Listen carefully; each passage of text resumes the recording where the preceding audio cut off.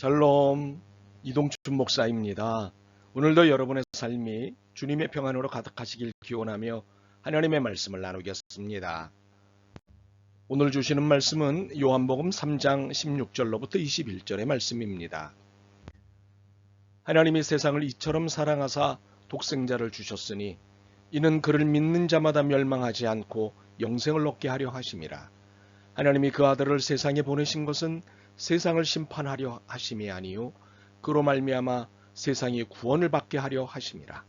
그를 믿는 자는 심판을 받지 아니하는 것이요 믿지 아니하는 자는 하나님의 독생자의 이름을 믿지 아니하므로 벌써 심판을 받은 것이니라. 그 정죄는 이것이니 곧 빛이 세상에 왔으되 사람들이 자기 행위가 악함으로 빛보다 어두움을 더 사랑한 것이니라.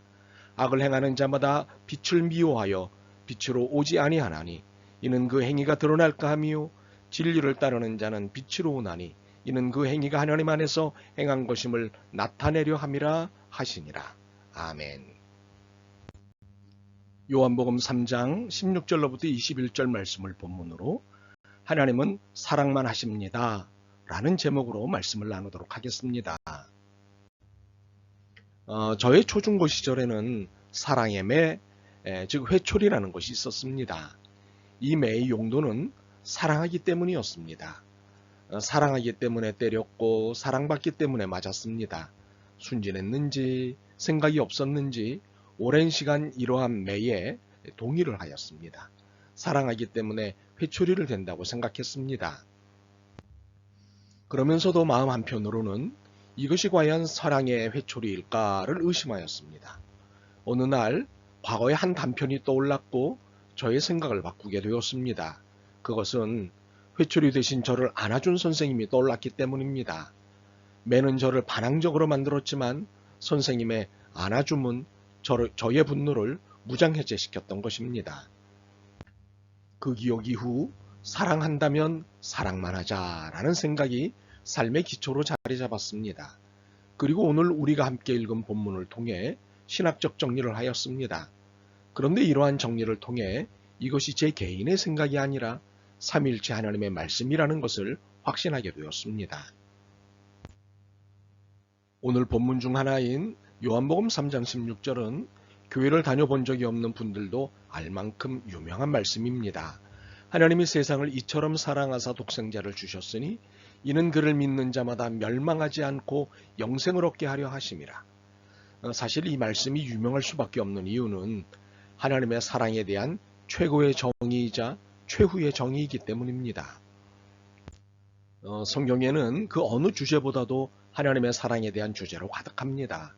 그래서 하나님은 사랑이시다를 설명하기가 어렵지 않습니다. 인간의 타락 직후 인간을 챙기시는 하나님, 홍수 심판 직후 인간을 챙기시는 하나님, 특히 수도 없이 반역하는 백성들을 참아내시는 하나님 등은 하나님은 사랑이심을 설명하는 것을 어렵지 않게 합니다. 그런데 하나님의 사랑이 하나님의 정의와 심판의 개념을 만나면 설명이 쉽지 않게 됩니다. 일반적으로 사랑은 용서와 포용을 전제로 하기 때문에 사랑과 정의, 사랑과 심판은 상대 개념이 되기 때문입니다. 그래서 상대 개념을 반대 개념으로 이해하는 한 설명이 쉽지 않습니다.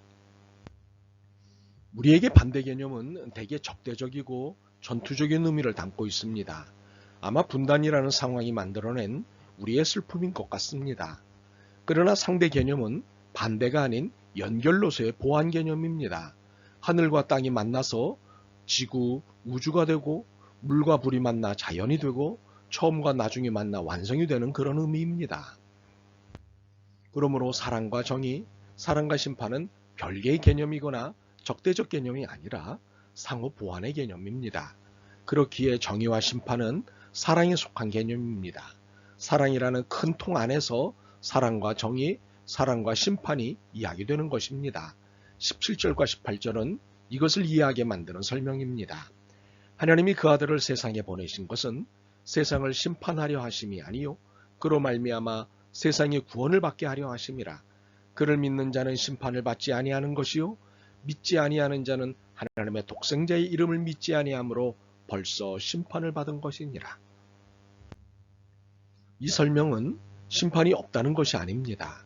심판을 제거하자는 것도 아닙니다. 심판은 있다는 것입니다. 단 사랑을 선택하지 않거나 거절한 사람이 스스로 얻게 되는 최후로서의 심판이라는 것입니다. 자업자득인 것입니다. 그러므로 심판은 사랑 안에서 설명됩니다. 하나님은 사랑만 하시기에 심판은 자업자득입니다. 이것은 12절과 20절로 이해가 더 명확해집니다. 그 정죄는 이것이니 곧 빛이 세상에 왔으되 사람들이 자기 행위가 악함으로 빛보다 어둠을 더 사랑한 것이니라.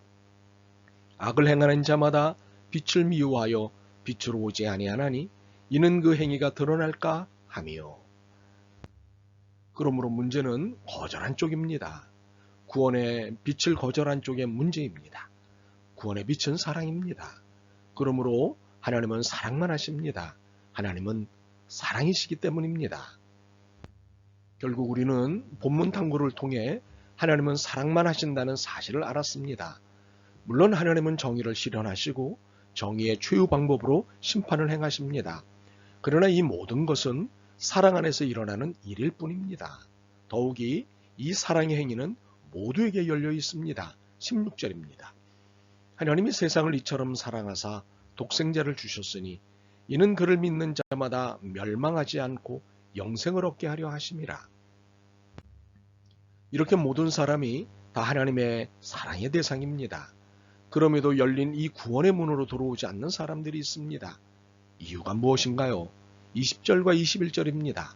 악을 행하는 자마다 빛을 미워하여 빛으로 오지 아니하나니 이는 그 행위가 드러날까 하며 진리를 따르는 자는 빛으로 오나니 이는 그 행위가 하나님 안에서 행한 것임을 나타내려 함이라 하시니라. 자신의 악한 행위가 드러나는 것이 두렵기 때문입니다. 이 행위가 영원히 숨겨지고 변명이 가능하다고 생각하는 것입니다. 곧 하나님의 정의 앞에 악이 드러나고 이 악이 심판을 받게 된다는 사실을 모르는 것입니다. 참으로 이것은 그들 스스로 선택한 일입니다. 하나님은 우리의 악과 악행을 알고도 용서하시는 정의로서의 사랑을 베풀려고 하시지만 심판을 자초하는 것은 하나님의 사랑을 거절하는 사람입니다. 그러므로 분명한 것은 하나님은 사랑이시고 하나님은 사랑만 하십니다. 그렇다면 이 진리가 우리에게 의미하는 바는 무엇일까요? 이런 하나님을 믿는다는 자부심일까요? 이러한 자부심은 긍정적일 수 있습니다. 그러나 이것보다 더 중요하고 본질적인 것은 우리도 사랑만 해야 한다는 것입니다. 하나님을 사랑한다는 것은 하나님의 행위에 전적으로 동의하고 따른다는 것을 의미하기 때문입니다. 이것을 우리는 믿는다고도 표현합니다. 그러므로 믿는다면 사랑하는 분을 닮아 사는 것이고 그렇게 살아내야 하는 것입니다. 그런데 슬프게도 이 땅에 많은 그리스도인들이 이와는 반대의 삶을 살고 있습니다.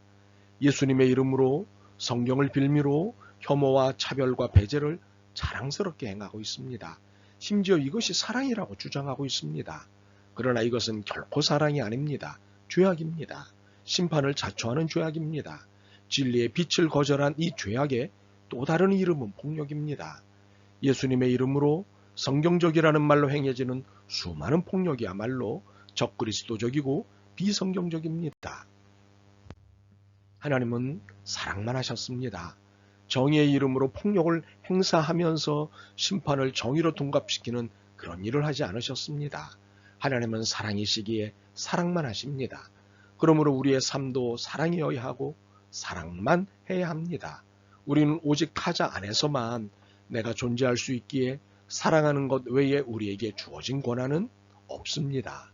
사랑한다면 사랑만 하십시다. 아멘. 주님, 사랑만 해야 하는데 그동안 정죄와 심판을 일삼았습니다. 감히 하나님의 영역을 침범해 정죄와 심판을 일삼았습니다. 저희를 불쌍히 여겨 주옵소서. 사랑만 하며 살게 도와주옵소서. 하나님이 사랑이심을 증거하게 하옵소서. 예수 그리스도의 이름으로 기도드립니다. 아멘. 오늘도 여러분의 믿음과 삶을 응원합니다. 사랑합니다.